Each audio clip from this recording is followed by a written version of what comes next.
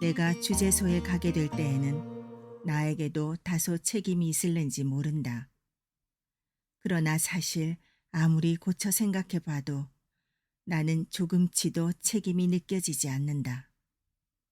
복만이는 제 아내를 여기가 퍽 중요하다. 제 손으로 직접 소장수에게 판 것이다. 내가 그 아내를 유인해다 팔았거나 혹은 내가 복만이를 꼬여서 서로 공모하고 팔아먹은 것은 절대 아니었다. 우리 동리에서 일반이 다 아다시피 복만이는 뭐 남의 꿰매 떨어지거나 할 놈이 아니다. 나와 저와 격정에 살고 승어물 없이 지내는 이런 터이지만 한 번도 저의 속을 터 말해본 적이 없다. 하기야 나뿐이랴.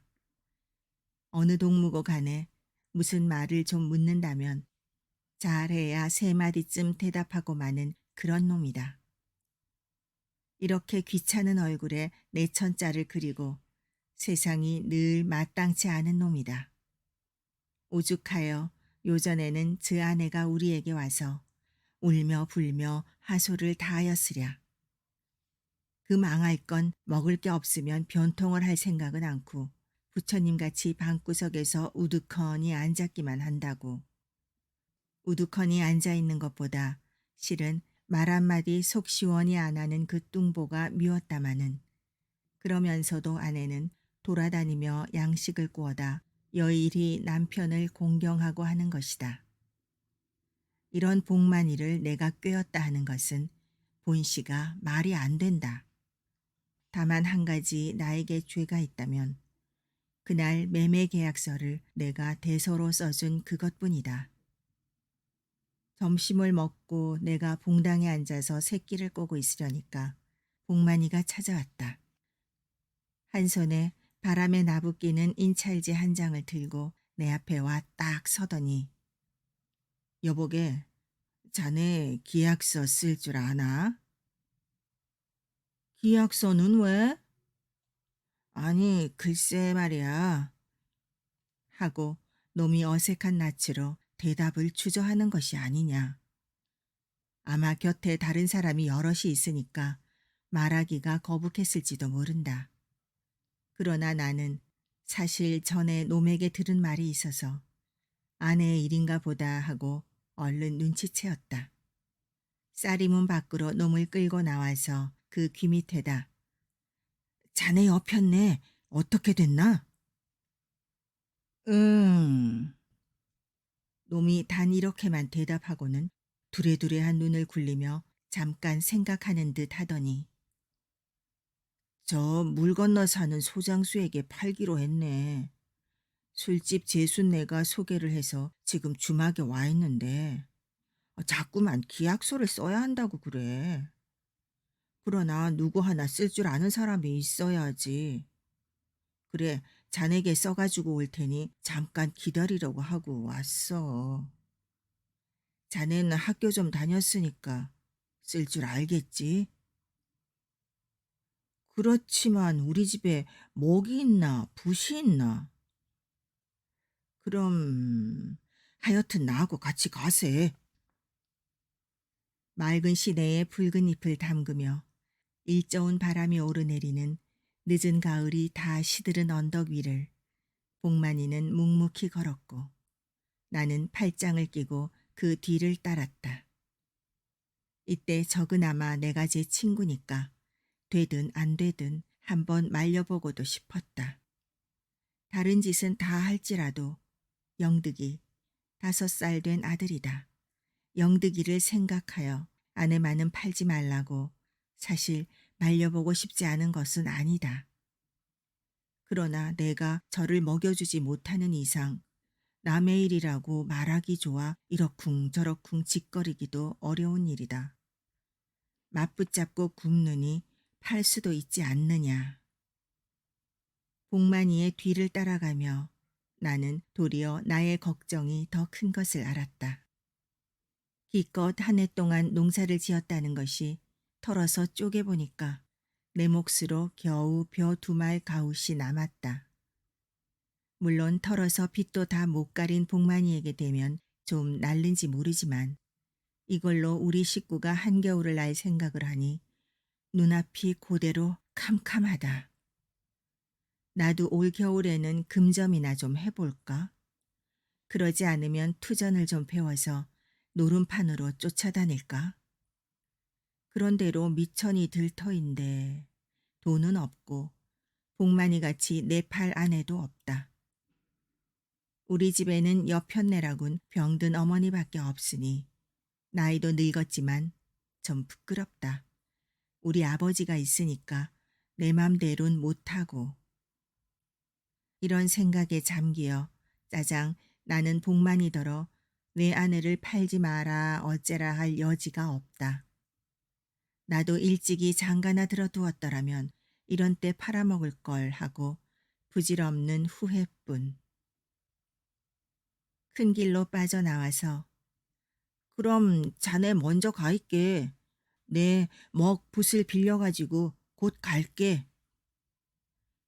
벼루석건 있어야 할걸. 나 혼자 밤나무 밑 술집으로 터덜터덜 찾아갔다. 달개똥들이 한산이 늘려놓인 뒷마루로 조심스레 올라서며 소장수란 놈이 대체 어떻게 생긴 놈인가 하고 벅 궁금하였다. 소도 사고 계집도 사고 이럴 때에는 필연 돈도 상당히 많은 놈이리라. 찌개문을 열고 들어서니 첫째 눈에 띈 것이 밤볼이 지도록 살이 디룩디룩한 그리고 험상궂게 생긴 한 애꾸눈이다.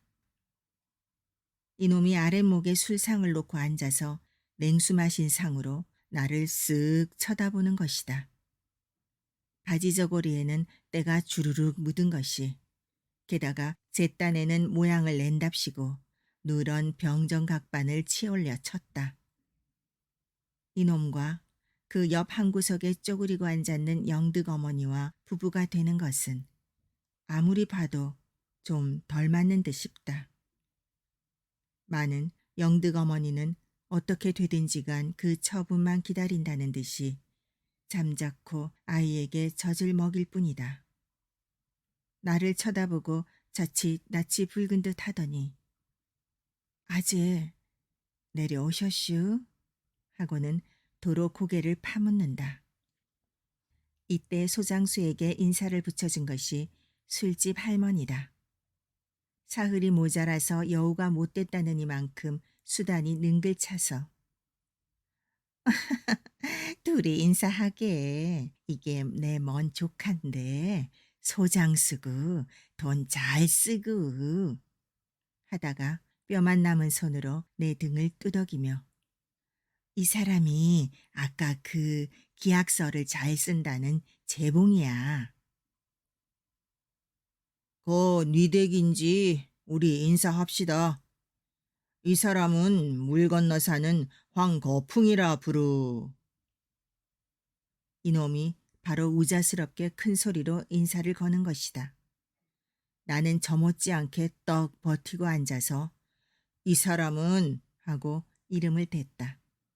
그리고 울 아버지도 10년 전에는 땅마직이나 조이 있었던 것을 명백히 일러주니까 그건 안 듣고 하는 수작이 기약서를 써달라고 불렀는데 수고스러우나 하나 잘 써주시오. 망할 자식, 이건 아주 딴소리다. 내가 친구 복만이를 위해서 왔지. 그래 잿간놈의 명령에 왔다 갔다 할 겐가?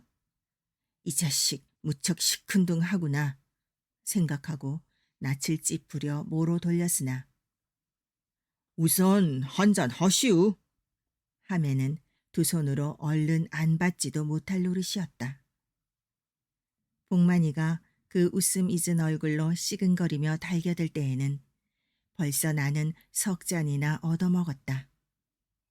얼근한 속에 다 모지라진 붓을 잡고 소장수의 요구대로 그려놓았다.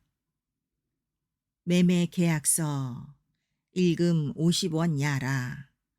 위 금액은 내 아내의 대금으로서 정의 영수합니다.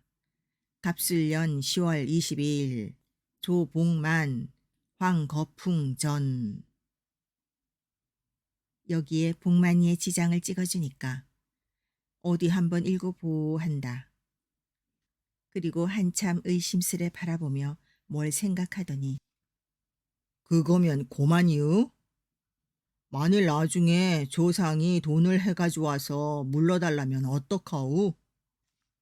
하고 눈이 둥글해서 나를 책망하는 것이다. 이놈이 소장에서 하던 버릇을 여기서도 하는 것이 아닌가. 하도 어이가 없어서 나도 벙벙이 쳐다만 보았으나 옆에서 복만이가 그대로 써주라 하니까 어떠한 일이 있더라도 내 아내는 물러달라지 않기로 맹세합니다. 그제서야 조끼 단추 구멍에 골문 쌈짓끈으로 목을 매달린 커다란 지갑이 비로소 움직인다. 1원짜리 때 묻은 지전 뭉치를 꺼내 들더니 손가락에 연신 침을 발라가며 앞으로 세어보고 뒤로 세어보고 그리고 이번엔 거꾸로 들고 또 침을 발라가며 공손히 세어본다. 이렇게 후질끈이 침을 발라 세었건만 복만이가 또다시 공손히 바르기 시작하니 아마 지전은 침을 발라야 장수를 하나 보다. 내가 여기서 구문을 한 푼이나마 얻어먹었다면 참이지 성을 갈겠다. 5원씩 안팎 구문으로 10원을 잡순 것은 술집 할머니요. 나는 술 몇 잔 얻어먹었다. 뿐만 아니라 소장수를, 영득 어머니를, 오리박 공동묘지 고개까지 전송을 나간 것도 즉 내다. 고갯마루에서 꼬불꼬불 돌아내린 산길을 굽어보고 나는 마음이 저기 언짢았다. 한 마을에 같이 살다가 팔려가는 걸 생각하니 도시 남의 일 같지 않았다.